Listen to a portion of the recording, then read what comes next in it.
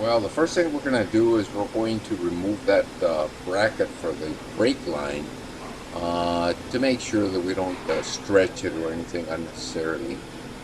You don't want to have to replace that brake line just because you didn't take off that bolt. So taking off that little bracket bolt,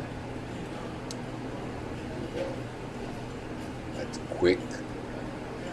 And again, you don't want to twist that line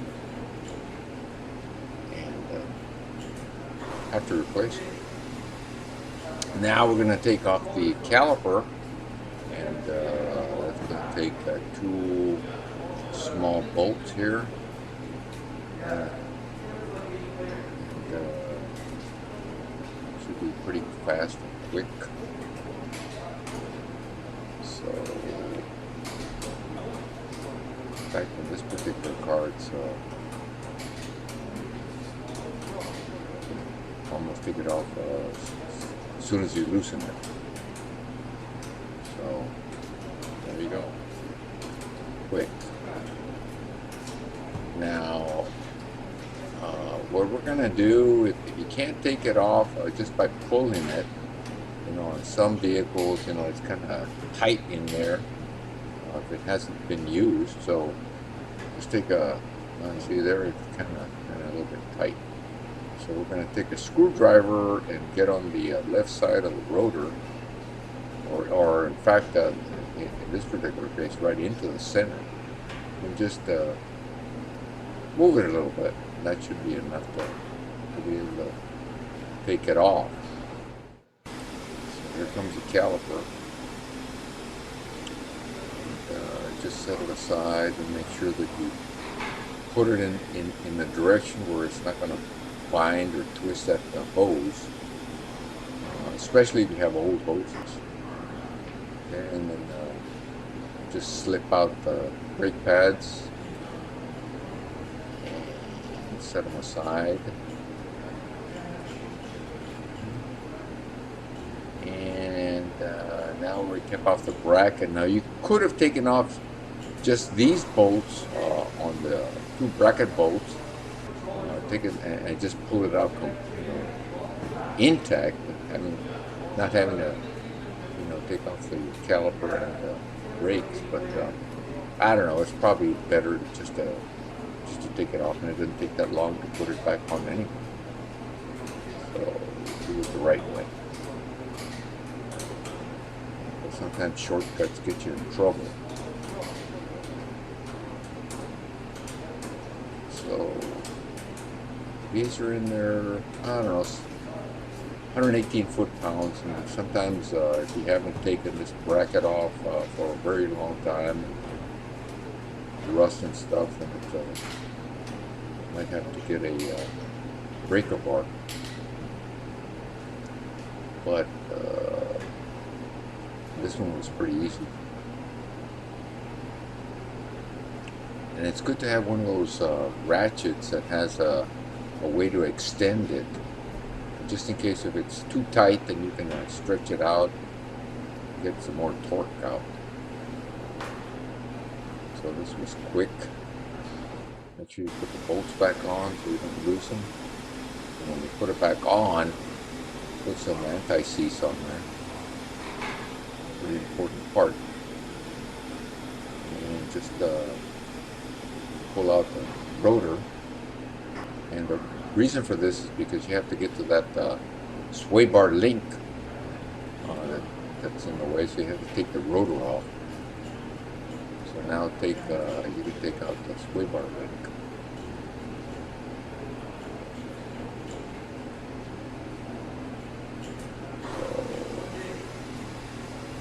And that's 41 foot-pounds, and it's basically the sway bar link and the tie rod on the other side are basically the same torque all the time, pretty much the same. So 41 foot-pounds.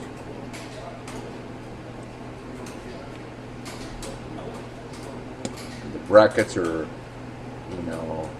I guess in the front they're a little bit higher torque than the rear, but they're basically between 118 and 130 foot-pounds, even on trucks. So on at least 1,500 trucks. Little tap, little tap like that, and that's it. Comes right out. And you can also take a little punch. Little, take out the, but the punch, you would have to tap it with a hammer first anyway. So just get it out of the way. Okay. And again, don't lose those bolts. You always seem to lose at least one. So now the tie rod, again, it's the same as the links. Well, most links, at least the ones that have a bolt on them like that. Here's a quick way to just take a mallet. Boom, there goes a cotter pin.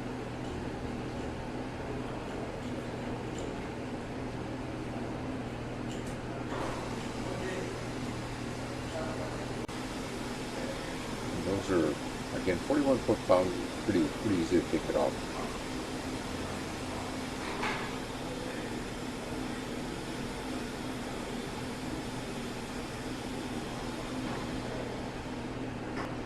One of the things you have to consider if you're not replacing the tie rod, don't use a pickle fork. Get yourself a puller, and that's the best way to do it, and you'll never ruin the boot. Of course, you can get another boot, but not necessary. Again, this one just a little tap, and it should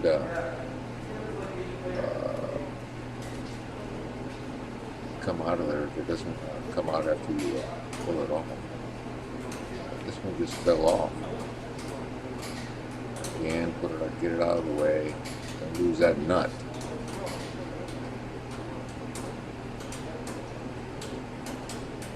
Very easy to slide away.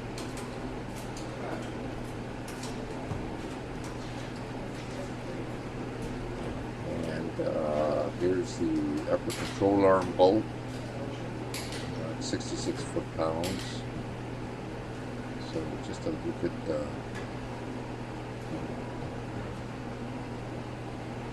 slightly tougher to break. Not 66.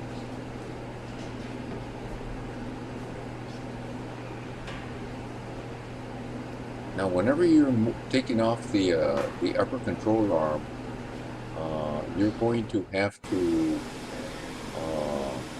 lift or lower the control arm to be able to take that bolt out. I see a lot of people taking a hammer and just jamming it out of there. But you're just ruining the bolt. So there's a sweet spot where it's real easy. You can take it out with your fingers. So get that little sweet spot and save yourself a bolt or a hard time putting them back in. So again, that little sweet spot. So the knuckle. That one's 129 foot-pounds, and a little bit tougher to take off sometimes. Not this time. They hadn't been taken off either.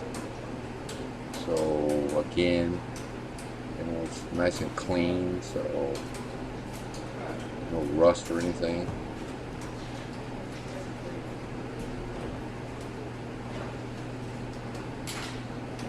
And again, you can use a faster tools, impact tools, but what the heck, man, it's not that much anyway. So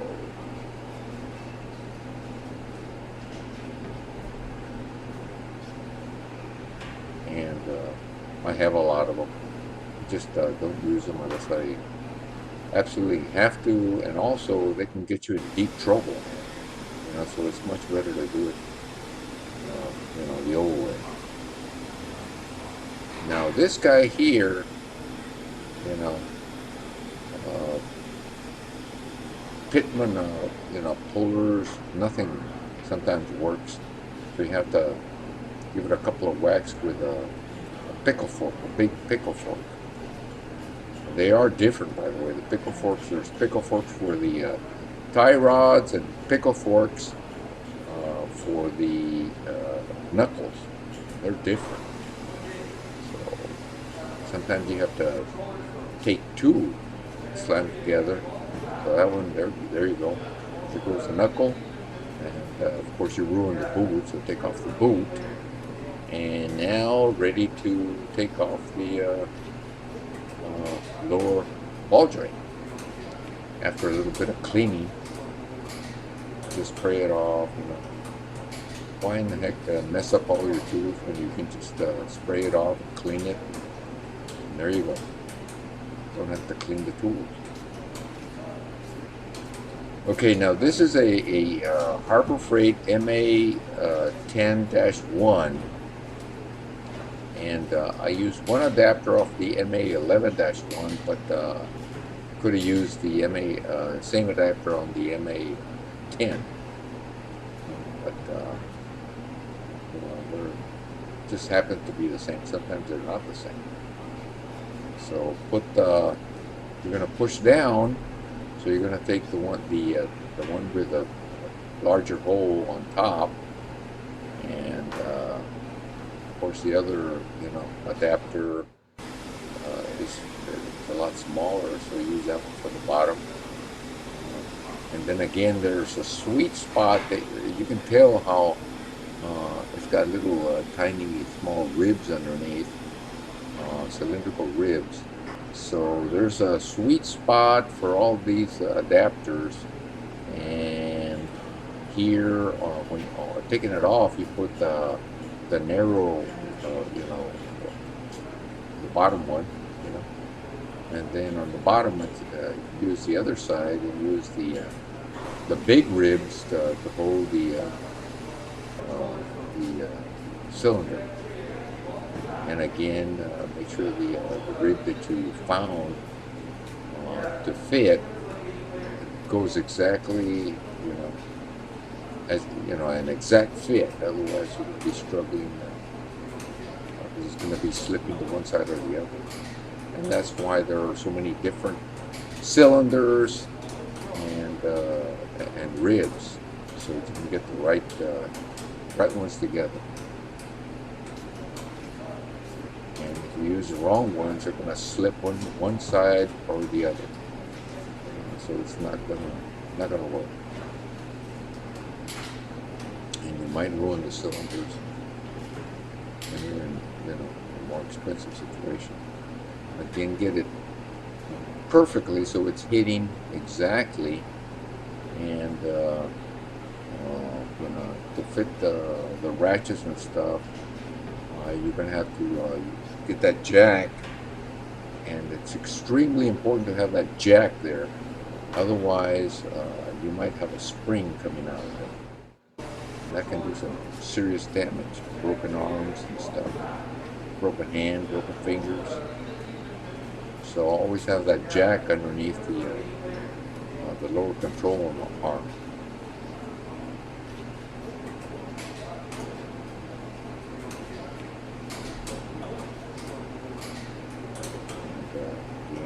Get it to the point where you lift it enough to get that tool in there.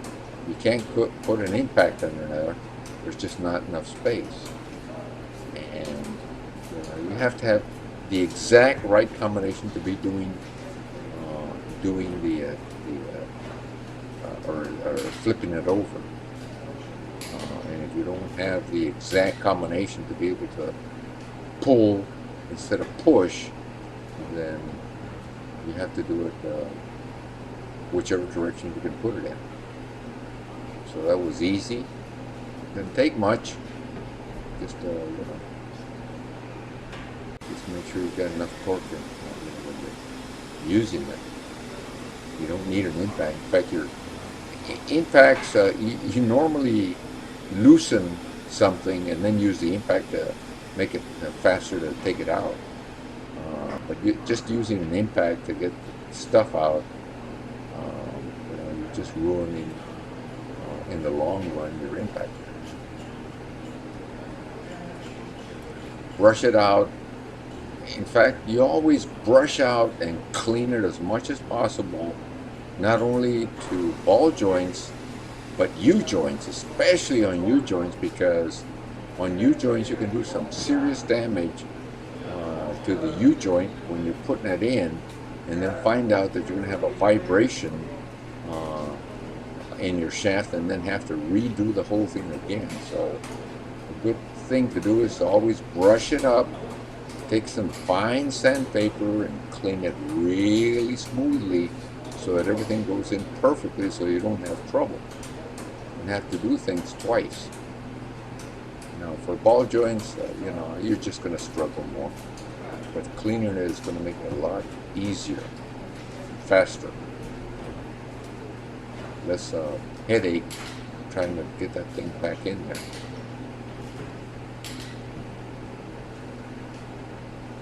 So, just a slight little kind of lube. Put some lube in there to make it easier to get in there. Slight, just a little bit. Don't go crazy.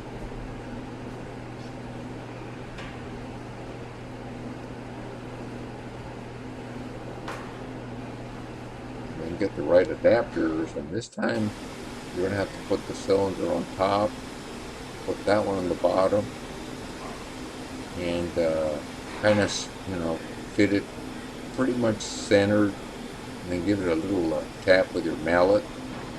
Get it straight in there. It's just going to make it easier to put it in there. If it goes crooked, just push it back out and then put it back in and get it straight. It's going to make it a lot easier.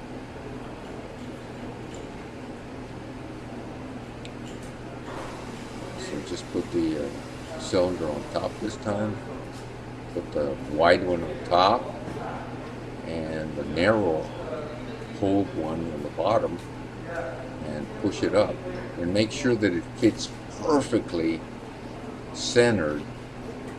That adapter fits perfectly centered and the right rib right on the cylinder. That's really important to get that rib perfectly on the center. Perfect. It's got to be perfect. Otherwise it's going to slip. Or you might damage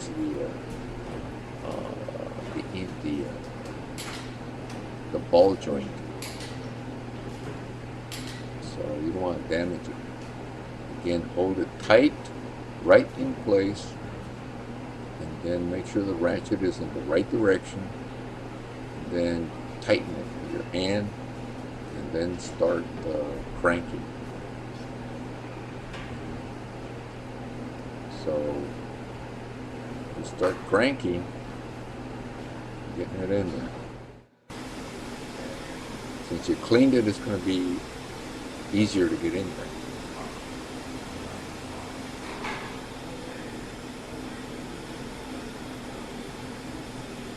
Now, let's keep on cranking slowly. Give it some torque, and it should start moving, slipping in there a little bit at a time. And if it gets, when you're cranking and you see that it's getting a little bit tight, and give it a slight taps with a hammer, and that straightens it up. It's under pressure, and some people just put a jack underneath and force these things in there just by hammering it hard, but it's not necessary. Just do it the right way. So just when it gets a little bit tight, just give it a tap, nothing big, and it'll slip right up. And then check it, and then when it looks like it's in there, go ahead and take it out and check it visibly and with your fingers, and make sure that it's all the way in. So just take it off, take a look, and again, just put a light on it and get underneath there and check with your fingers and make sure that it's all the way in.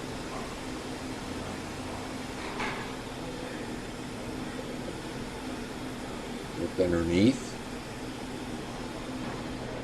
and get on your back and walk, and just look in there with a nice light. Make sure that it's all the way in, even though it'll probably get under pressure, with all that force when you lower it, that it and a couple of bumps, it should move all the way in, but might as well do it right now. So clean it up nicely. All that jump out of there. And, now it's ready for the boot. Now, when you get the boot, put some nice silicone. You don't want to ruin the boot, so use some silicone grease. Some clear silicone grease, and just put it around there and in the boot, and then slip the boot on. And just take a cylinder, one of the cylinders for the installation that fits right over the boot. Take one of those cylinders and take a mallet, and it'll slip right on perfectly. And there it is. Now it's ready for the knuckle. So now we put the knuckle back on, and we hook up the as we're going, the nut back on there, and tighten it, and then when it gets time to torque, then you're going to put the cotter pin. Again, this is going to be on the bottom end. It's 129 foot-pounds. So just put it back, put the nut back on there, tighten it to the bottom.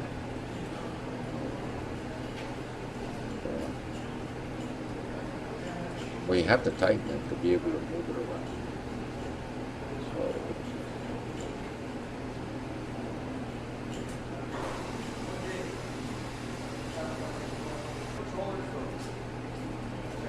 those are the bottom are normally 24 millimeters. And sometimes the upper control arm is 18 or 19. Basically, that's what they are.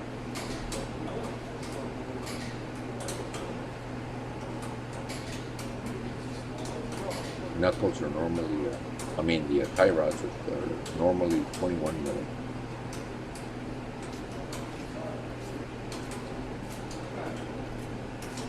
In this particular case, that upper control arm is 19 millimeters. Again, lower it, kind of straighten it to the, so it goes in, and then start moving the jack up to get them to meet. And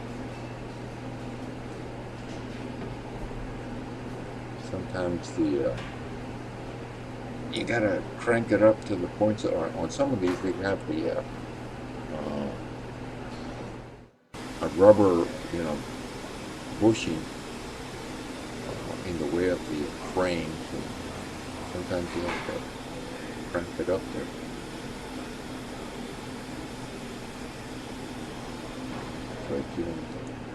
And some you just tap it in there with your mallet. So in this particular case, it's got a bushing. Again, gotta straighten it out, lift it up a little bit, and straighten it out. And there you go. Tap with a mallet, goes in, but it looks like it needs it just a little bit more. There you go, perfect. Put that bolt back on there. Also, you got to be careful the direction of these bolts on the control arms. Normally, the nut is on the front side, facing to the front. Also, it's got a groove where it's got some spleens in there where it goes in. So if you put it backwards, it's not going to be right. So you have to get those spleens into the right spot. So be aware of the bolt direction. Sometimes it's better to take a video of all this as you're taking it off, or take a picture. Maybe you don't make a mistake. So again, just tighten it, a little, and torque it later. And this upper control arm bolt is going to be 66 foot-pounds. The tie rod 41, the sway bar length 41 if it's got a bolt. Some don't have bolts, and normally if they go from the control arm to the sway bar, they're normally around 17 to 20 foot.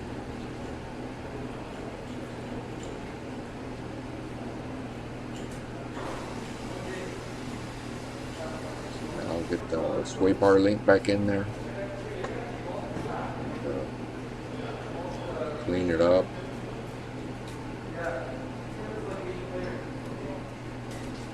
Don't generally have to put Loctite on there. I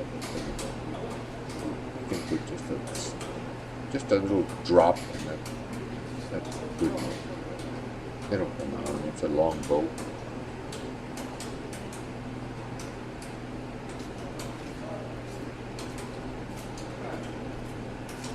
Tighten up the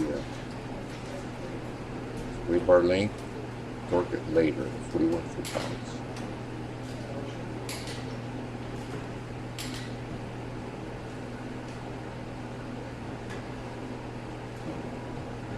By the way, you're going through all the procedures to be able to do all this stuff individually when it comes time to do it.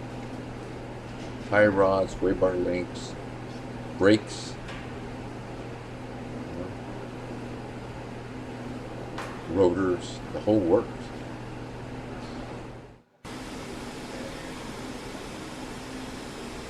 Just to change out the lower ball joint. And that's why if you were to take it in to get a ball joint done, some would charge you as much as to do both, at least $250 a piece. So you're saving a whole bunch of money here. And it doesn't take that long to do it either. A couple hours. Maybe 2 hours. 1.5 hours. Okay, so now let's put the tie rod back in there again. Slip it in there. And tie strap's in the way. That's a matter of just tapping it in there. Again, don't use hammers. Use a mallet. It does the same as a hammer most of the time, and you won't damage anything. And if you're going to use a hammer, get a brass one.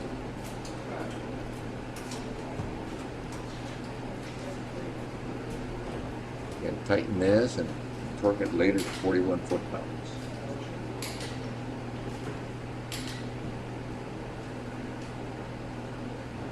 Well, that light kept getting in the way, so I had to blur it out. That was one big mistake. Never had done that before. And there was another light blocking.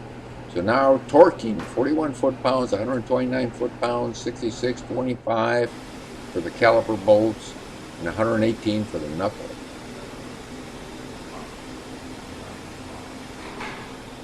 And 25 foot-pounds is pretty standard for brakes. Okay, now the torquing.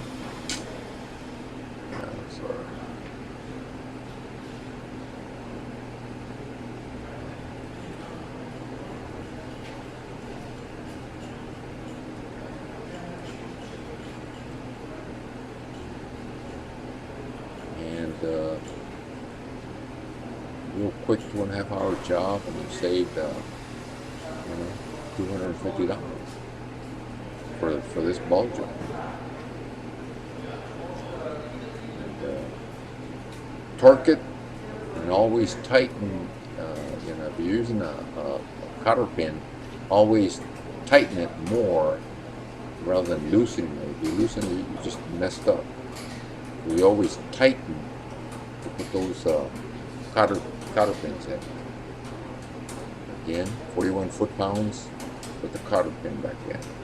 The top, 66 foot-pounds, and this one doesn't have a cotter pin. Doesn't need it up there.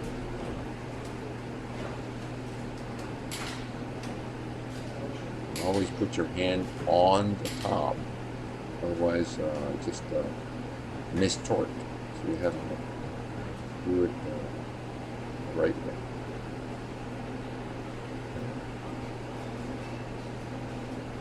Okay. 41 foot-pounds over there. The link.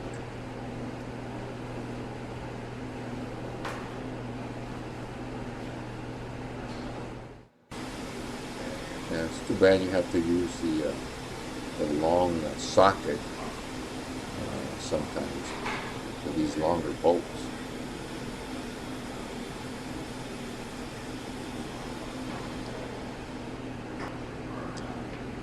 And again, sorry about that light. Wrong spot.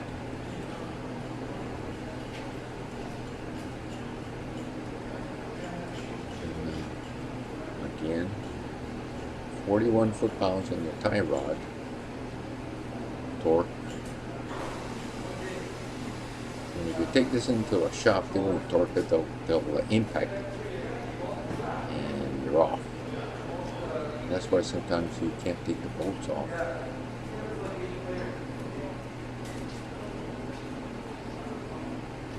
Easily.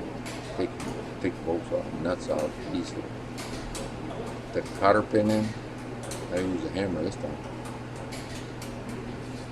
Again. Should tighten it just a little bit more. Put that cotter pin with your fingers.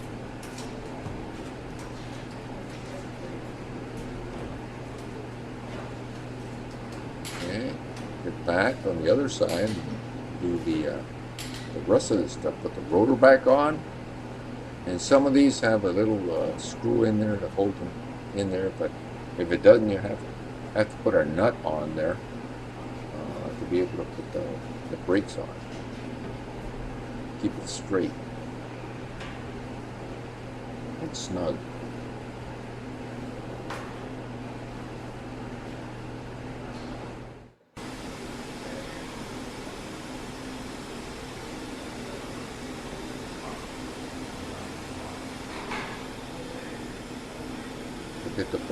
You have to put that zert in, otherwise you'll be doing this again. You really don't want to have to do this.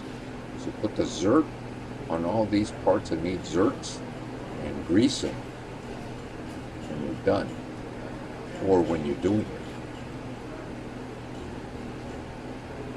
Again, these zerts are different sizes, normally 8s, sometimes 7. Most of the time 8 millimeter. And then don't forget to grease it. So the first thing you do is grease it. And just put a couple of, on these new parts like this, just a couple of cranks to, get them. You don't want to put too much in there because they're going to squeeze and grease up the whole place up there. And you certainly don't want to grease on your brakes.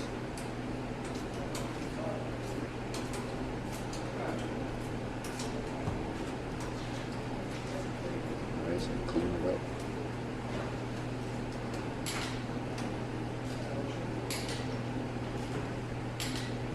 And then did some touching and stuff, so it's time for some cleanup. That nut on the rotor isn't tight enough. So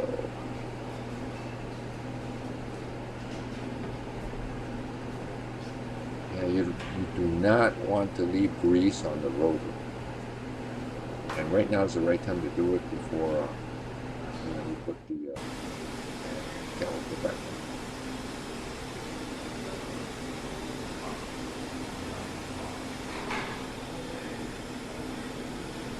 Well, in this particular vehicle, that's pretty wide open there. My goodness. And then this one, yeah, you got to put some thread locker on this one. Extremely important piece of in this car. In fact, that's the whole thing that's holding the wheel, basically.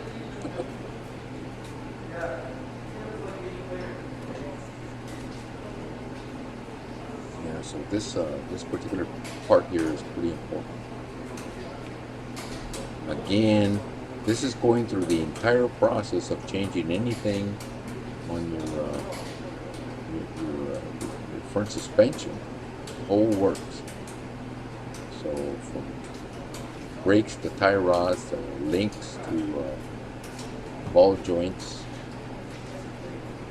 Now there's a separate video on the upper control arm, but upper control arms are pretty basic, pretty fast and basic. 118 foot-pounds. And again, to get the right piece of equipment here, if you're doing it on the floor, you have to use a swivel. I mean, you have to be really strong to be able to torque these things at 118 foot-pounds, with a short ratchet. So, in this particular case, you have to use some sort of a swivel on this. If you're doing it on a hoist, then no problem. You could just do it straight. But there's no space in the fender to be able to do this. So you have to use a swivel on those.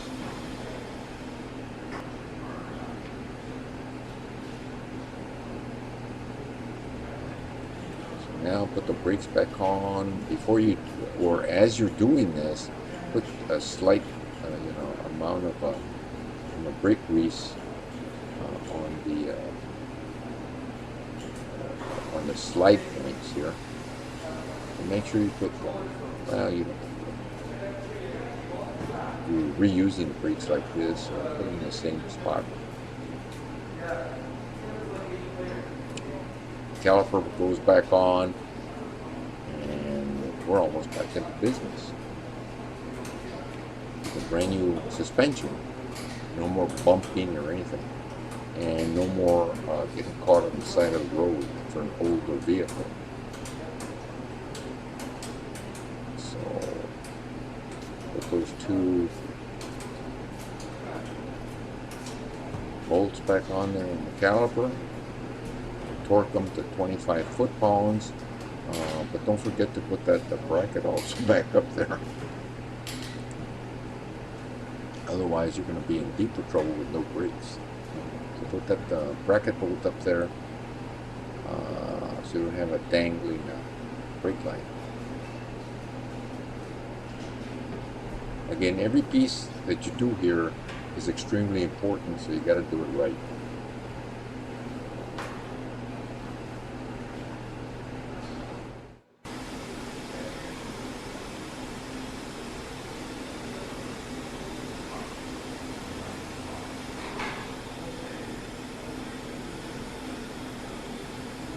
Now this one, most brake calipers have a slide pin instead of this, but on this particular vehicle, it's got the, on the caliper itself, it's got the slide pin built in. So all it's got is the outside bolt for the slide pin. But most of them have a slide pin with a long bolt, and those you put some clear silicone grease, that 3M clear silicone grease. It costs about $30, but it's a lot better than the black stuff that dries up. And you always use the silicone on anything that's got rubber, otherwise it's going to swell up. Basically ruin the rubber.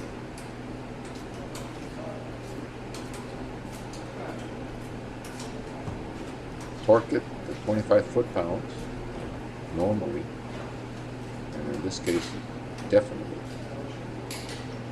and straighten it up, put the wheel back on, your business.